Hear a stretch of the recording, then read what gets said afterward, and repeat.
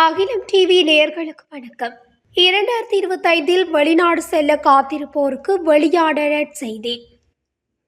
இந்த ஆண்டு 3,40,000 இலங்கை குடிமக்களுக்கு வெளிநாட்டு வேலைவாய்ப்புகளை வழங்க எதிர்பார்த்துள்ளதாகவும் இலங்கை வெளிநாட்டு வேலைவாய்ப்பு பணியகம் தெரிவித்துள்ளது.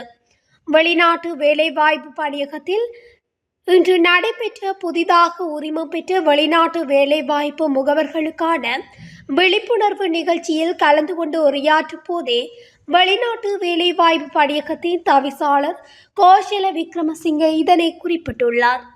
2024 ஆண்டில் 3,11,000 பேருக்கு வெளிநாட்டு வேலைவாய்ப்பு வழங்கப்பட்டதாகவும் மேலும் இந்த ஆண்டு இந்த எண்ணிக்கையை 12% அதிகரிக்க வெளிநாட்டு வேலைவாய்ப்பு பணியகம் திட்டங்களை வகுத்துள்ளதாகவும் அவர் தெரிவித்துள்ளார்.